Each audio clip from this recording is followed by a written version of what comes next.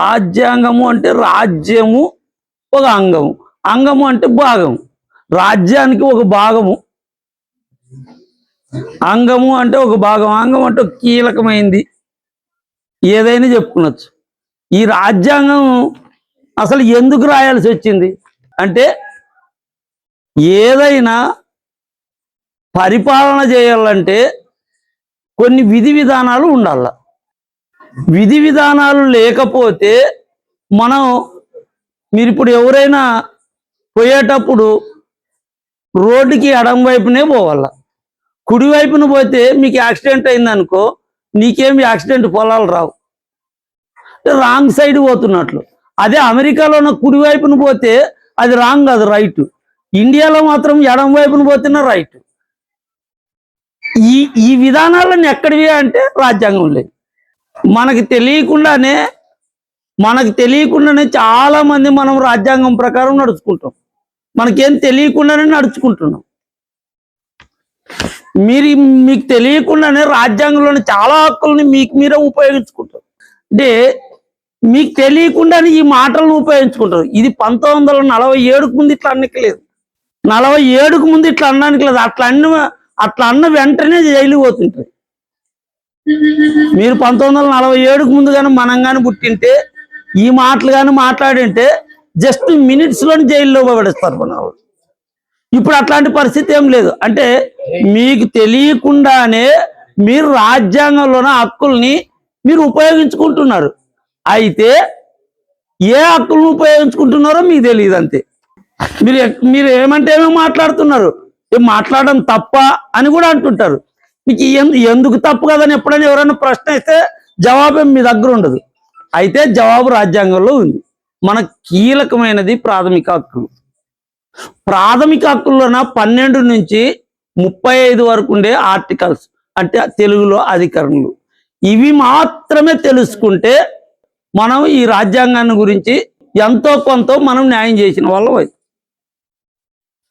12 నుంచి 35 ఆర్టికల్లోన ప్రధానమైన ఆర్టికల్లు, మళ్ళీ ప్రధానమైన ఆర్టికల్లు 14, 15, 17, 19, 21, 32, 25 నుంచి 30 వరకు. ఇవి తెలుసుకుంటే కూడా ఇంకా చాలా బ్రహ్మాండంగా ఉంటుంది. ఈ మొత్తం ఆర్టికల్లే మనం ఎందుకు తెలుసుకోవాలా? మీకు తెలియకుండానే, మనకేం తెలియకుండానే మన ఎమ్మెనూరులోన ఒక చర్చి పైన దాడి చేసి కొట్టినారు. సో కేసు అయింది. అట్లా చర్చి పైన దాడి చేయరాదు కదా అనేది మాత్రమే తెలుసు. దాడి చేయరాదు అనేది ఎక్కడ ఉండదు మీకు తెలియదు. దాడి చేయరాదు కదా అనేది ఒక్కటే అంటారు మీరు. దాడి చేయరనేది ఎక్కడ ఉండదంటే మీరు అందరూ నోరు వెళ్ళబెడతారు. దాడి చెయ్యరాదు ఎక్కడుంది? ఆర్టికల్ 25లో ఉంది. 25 నుంచి 30 వరకు ఎవరైనా ఏ దేవుణ్ణైనా మొక్కచ్చు, ఎవడైనా ఏ మతాన్నైనా స్వీకరించవచ్చు, ఎవడైనా ఏ మతాన్నైనా ప్రచారం చేయొచ్చు, ఎవడైనా ఆ మత బోధన చేయవచ్చు, ఎవడైనా ఆ మత విద్యా సంస్థలు నడపచ్చు. ఒక ఆర్టికల్ 25 నుంచే మతానికి సంబంధించి ఎర్రగోట్లోనే Saint Mary's engineering college, Saint Joseph engineering college, ఏమిటిది అది? మతానికి సంబంధించిన కాలేజ్ అది, మైనార్టీ కాలేజ్ అది.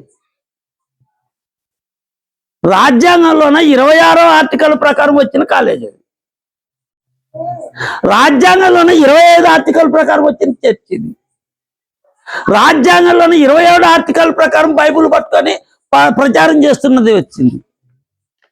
ఇవి మనకు తెలియకపోతే మనమేమనుకుంటాం? ఏంటి పోయిండ్లేవాడు ఉద్దరోడు అని అంటాం.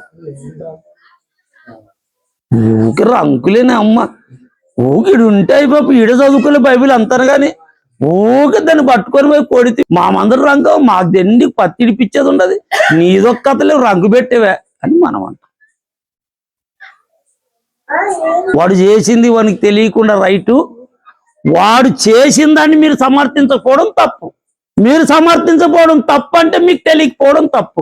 అందుకోసం రాజ్యాంగం గురించి తెలుసుకున్నారు. ఇదేదో మనం కళ్ళబొల్లి మాటలు చెప్పేది లేదు. నేను చెప్పిన ప్రతి ఆర్టికల్ రాజ్యాంగంలో ఉన్నాయి, ప్రాథమిక హక్కుల్లో ఉన్నాయి. అందుకోసమే మొదట 12వ ఆర్టికల్లే రాజ్యము అంటే ఏమి అని చెప్పినారు. రాజ్యము అంటే పార్లమెంటు, శాసనసభ, శాసన మండలి, ఈ ఊరు పంచాయతీ, ఎమ్మినూరు మండలం పరిషత్తు, జిల్లా పరిషత్తు. ఇవి ఒక్కటేనా అంటే సహకార సంఘాలు, సహకార బ్యాంకులు, ఇవన్నీ కలిపి రాజ్యం. ఎందుకు రాజ్యానికి ఈ పరిమితులు? రాజ్యమే ప్రజలను కాపాడేది, రాజ్యమే ప్రజలను రక్షించేది. రక్షించే రాజ్యం ఎట్లుండాలా? రక్షించే రాజ్యం ఏది అన్నప్పుడు ఇది రాజ్యము, ఇది రాజ్యము, ఇది రాజ్యం అని చాలా స్పష్టంగా అంబేద్కర్ ఆర్టికల్ 12లో చెప్పినాడు. ఆ బ్యాంకులకి ఏంటి పోతే నువ్వు ఊకు అంతటి కొట్లాడేవా అంటాడు. ఎస్, కొట్లాడడం హక్కుండది. బ్యాంకు రాజ్యంలో ఆర్టికల్ 12 ప్రకారము బ్యాంకు రాజ్యంలో ఒక భాగము. ప్రజలకి అది మేలు చేయాలా. ఆడ పేద ధనిక, మతము, కులము, భేదము, నల్లోడు, కర్రోడు, ఇంకోడు లేదు. రాజ్యం అంటే ఇది, లేదా ప్రభుత్వం అంటే ఇవి. ఆర్టికల్ 12 ప్రకారం చాలా స్పష్టంగా భారత రాజ్యాంగాన్ని ఇంత పెద్దగా ఉంటుంది. మామూలుగా టీవీలో ఎప్పుడైనా చూస్తే రాహుల్ గాంధీ దీంట్లో పాకెట్లో పెట్టుకొని చూపిస్తుంటాడు, నేను భారత రాజ్యాంగాన్ని కాపాడుతాను, సంవిధానాన్ని కాపాడుతాను అంటుంటాడు. భారత రాజ్యాంగంలో మొత్తం ఎన్ని పేజీలు ఉన్నాయో మీ ఊరికి వచ్చే మొత్తం అధికారులను అడగండి, ఎప్పుడైనా చెప్తారేమో. టీచర్లతో సహా మీరు ఊరికి క్యాజువల్గా అడగండి, సాధారణంగా టీచర్లను అడగండి ఫస్ట్. ఆ తర్వాత మీ ఊరికి వచ్చే డాక్టర్లు అడగండి, వెటర్నరీ అండి, సచివాలయం వాళ్ళని అడగండి, ఇంకొకరిని అడగండి, మీ ఊరి సర్పంచ్ని అడగండి. భారత రాజ్యాంగంలోన 252 పేజీలు ఉన్నాయి. 252 పేజీలు ఉన్నాయి. ఈ 252 పేజీలని 22 భాగాలు చేసినారు. 22 భాగాలు, ఒక్కొక్క భాగానికి దేవుళ్ళు ఉన్నారు, గొప్ప గొప్ప ఆధ్యాత్మికవేత్తలు ఉన్నారు. గాంధీ ఉన్నాడు, అప్పుడున్న అశోకుడు ఉన్నాడు, బుద్ధుడు ఉన్నాడు, టిప్పు సుల్తాన్ ఉన్నాడు, మైసూర్ మహారాజు ఉన్నాడు, మొఘల్ రాజు అక్బర్ ఉన్నాడు. వీళ్ళందరికీ ఒక్కొక్కరికి ఒక్కొక్క పేపర్ పెట్టినారు. 22 భాగాల్లోన 22 పేపర్లకి ఒక్కొక్కరికి ఒక్కొక్క పేపర్ పెట్టినారు. శిల్ప కళలు ఉన్నాయి. ఓ పెద్ద తెల్ల ఏనుగు ఉంటుంది, ఐరావతం అని. ఇది భారత రాజ్యాంగంలోన ప్రాథమిక హక్కుల్లోన మొదటి 12వది. అట్లుంటే 13వది భారత రాజ్యాంగంలోన ప్రజలకు ఇచ్చిన హక్కుల్ని ఎట్టి పరిస్థితుల్లోనూ హరించద్దు అని చెప్తుంది. హరిస్తే హైకోర్టు పోవచ్చు, సుప్రీంకోర్టు పోవచ్చు. ఆర్టికల్ 226 ప్రకారము హైకోర్టు పోవచ్చు. ఆర్టికల్ 238 ప్రకారము సుప్రీంకోర్టు పోవచ్చు. ఆర్టికల్ 13, 14 ఆర్టికల్ ఏమని చెప్తుంది? అందరూ సమానం అని చెప్తుంది. అందరూ సమానం అంటే మనం ఎప్పుడైనా పోలీస్ స్టేషన్ పోతే అక్కడ ఉన్న అధికారి ఎందుకు నువ్వు కూర్చో అని చెప్పడు. అంటే సమానత్వం లేదని అర్థం కదా ఇక్కడ. లేదు, మీరు నా వెంట వచ్చినా, నేను పోలీస్ స్టేషన్ పోతే నేను కుర్చేసుకొని కూర్చుంటాను, నా వెనక వచ్చిన వాళ్ళు నిలబడతారు. పోలీస్ స్టేషన్లో సమానత్వం దేవస్వాం సార్కి ఏమో కుర్చొచ్చా, నా వెనక వచ్చిన ఇంకోరికేమో కుర్చీ రాదు. అక్కడ సమానత్వం లేదనే కదా అర్థం. అందరూ సమానత్వము అని చెప్పి సమానత్వాన్ని ఈ రోజుకి పాటించడం లేదు. దేంట్లో సమానత్వం? కులము, మతము, లింగము, భేదము, స్త్రీ, పురుషుడు, ఇవన్నీ పిల్లలు, ఇవన్నీ తేడాలు లేకుండా అందరూ సమానమే అని చెప్తున్నారు.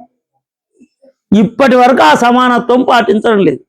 ఆర్టికల్ 15 జాతి, మతము, కులము, లింగము, వర్ణము, భేదం ఆధారంగా ఎట్టి పరిస్థితుల్లో వివక్ష చూపొద్దు అని చెప్తారు. గుళ్ళేకి రానియకుండా అడ్డుకునొద్దు, బావుల్లోకి రాకుండా అడ్డుకునేయద్దు, చెరువుల్లోకి రాకుండా అడ్డుకొనియద్దు, ఇంకొక దగ్గరకు రాకుండా అడ్డుకునొద్దు. ఏ కారణం చేత అడ్డుకోవద్దు, ఏ కారణం చేత అడ్డుకోనియద్దు అని ఆర్టికల్ 15 చాలా చాలా స్పష్టంగా చెప్తుంటే ఇప్పటికీ అడ్డుకుంటున్నారు. గణేష్ని మాదిగోళ్ళు మేము గణేష్ని పెడతామంటే ఊరంతా గణేష్ని పెట్టలేదు, మేము సావసోన ఆడతామంటే ఊరంతా సావసోన ఆడలేదు. ప్రపంచమంతా ఏమని చెప్తుంది? దేవుడు మనల్ని పుట్టించినాడు అంటది. దేవుడు మనల్ని పుట్టించినప్పుడు దేవునికి మొక్కుతామంటే ఎందుకు మొక్కనీరు? మాదిగోడు గణేష్ని పెడతానంటే ఊరంతా బంద్ చేసుకునింది. మాదిగోడు సాంసోన్ ఆడతాను, నేను సాంసోన్ ఆడతానంటే ఊరంతా బంద్ అయింది. ఆ పండగలే వద్దు. ఇక్కడ ప్రపంచం అంతా అట్లా భావిస్తుంది. ఈ పక్కన సారు కోటికల్లు ఉన్నాడు, సాంసోన్ కోటికల్లకు మాదిగోళ్ళు మేము ఆడతాము, మేము ఆడాల్సింది మమ్మల్ని ఆడనిస్తేనే పండగ జరుగుతా అంటే పరిచయం జరిగింది. లాస్ట్ టైం ఊరంతా మొత్తం మాదిపేట మీద పెట్టి దాడి చేసినారు. సాంసోన్ ఆడేదానికి ఏమి అది ఒక ఆట. మేము దేవుని మొక్కుతాంరా బాబు, మేము మీ దేవుని మొక్కుతాము, వీధుల్లో తీసుకుపోతామంటే వద్దంట. ఈ ఊరు నుంచి ఒక 10-12 మంది వచ్చిండ్రి ఆ సంతకూలూరు పైన లాస్ట్ ఆదోని మండలంలోన. ఆడ గణేష్ నిమజ్జనం చేసేటప్పుడు వీధుల్లోన మెయిన్ వీధుల్లోన పోనీకుండగా మీరు ఈ వీధుల్లో రారాదు, మీ వినాయకుడు మాదిగ వినాయకుడు ఈ వీధుల్లో రారాదు, అవతల వీధుల్లో రాండి అన్నారు. దానికి ఒక్కదానికే ఘర్షణ జరిగి ఇక్కడి నుంచి 10-12 మంది వచ్చిండ్రు. మొత్తం జిల్లా అంతటా ఆ ఊరి పోయి ఆ ఊర్లోన అన్ని గుళ్ళన్నీ తొక్కులాడి బావిలో ఇదిలాడి వచ్చినాం. నువ్వు పెట్టిన దేవుడే నేను పెడుతున్నాను, నీ దేవునికి తొండం ఉండదు, నా దేవునికి తొండం ఉండదు. నీ దేవునికి ఏనుగు దంతాలు ఉండవు, నా దేవునికి ఏనుగు దంతాలు ఉండవు. నీ దేవునికి పొట్ట ఉండదు, నా దేవునికి పొట్ట ఉండదు. మరి నా దేవుడు కూసినాడా, నీ దేవుడు కూసినాడా? మరి తేడా ఏం లేనప్పుడు నేను నడిచేటప్పుడు నా దేవుడు నీ వీధిలో నడిస్తే ఎందుకు వద్దంటావు? ఇదేమి న్యాయము? ఇది న్యాయం కాదని చెప్పి ఆర్టికల్ 15 చెప్తుంది. నువ్వెందుకు దాన్ని ఒప్పుకోవడం లేదు? ఇప్పుడు భారత రాజ్యాంగం ఆమోదించే 76 సంవత్సరాలు పూర్తయినా దళితుడు కాదు, దళితుడు మొక్కే దేవుడు కూడా రాదు వీధుల్లోకి. ఎంత దుర్మార్గం ఇది! ఇదొక్క ఆర్టికల్ ప్రకారమే మెడ్రాస్, ఇప్పుడు చెన్నై అంటారు, మెడ్రాస్ రాష్ట్రంలోన ఇంజనీరింగ్ సీటు డాక్టర్ సీట్లకి పరీక్ష రాస్తే ఒక బీసీ పాపకి తక్కువ మార్కులు వచ్చింటవి, కోమటోళ్ళ పాపకి చంపకం దొరయ్యని అతని కూతురికి ఎక్కువ మార్కులు వచ్చింటాయి.